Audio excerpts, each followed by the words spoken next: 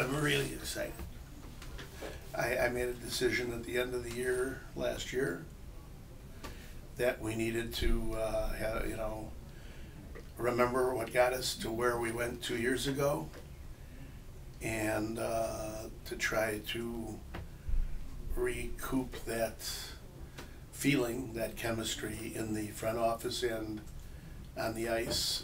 And I knew a lot of things had to be done, and just felt that it was the time to do them. And interestingly, you'll probably find this funny.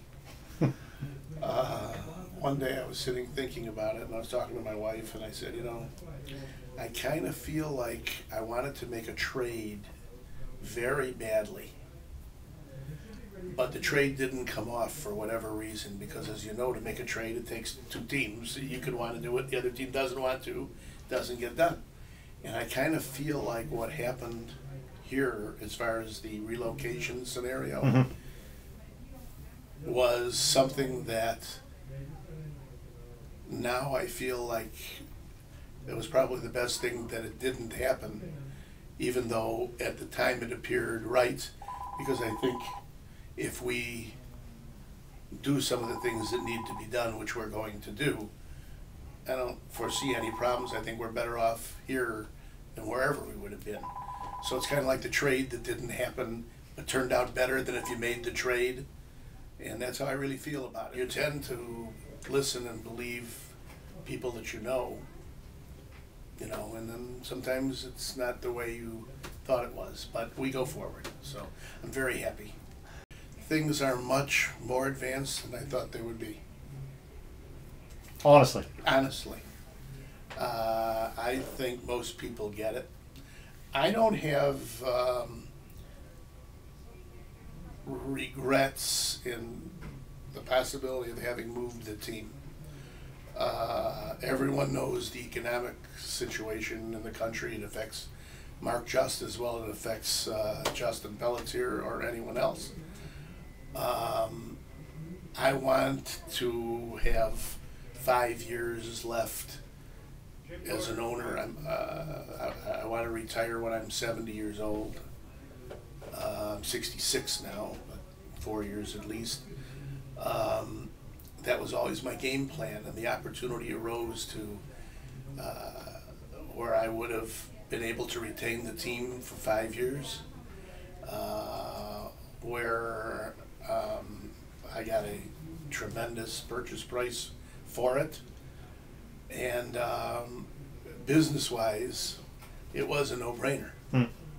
Because it just made sense for my family, for myself, and everything else. But as I said a minute ago, in an answer to your question specifically, I think we're going to be fine here, because I honestly am pleasantly surprised at how responsive the people have been to us here under the circumstances, which shows me that a lot of the things that maybe I should have paid more attention to here, I didn't really realize a lot of things before.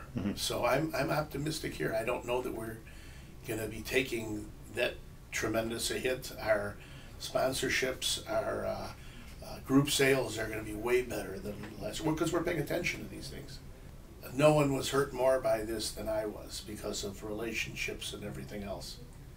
But I'm very optimistic. I like what I see. I'm thrilled. Everyone told me what a great hockey town this is. I think people misunderstood what I said. I said we had 2,000 of the greatest fans. You couldn't have better fans than Lewiston has, but you need 3,000 fans to make it a viable business. That's what I said from day one.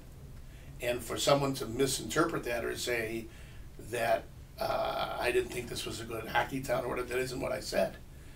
But financially, you need to bring a championship team back here, which we have every intent on doing. You have to average 3,000 people to be able to compete with the Quebecs and the Rimouskis and those teams in the league. And that's what I said. I didn't mean to insult the people that supported us day in and day out. No one could have asked for better fans than them.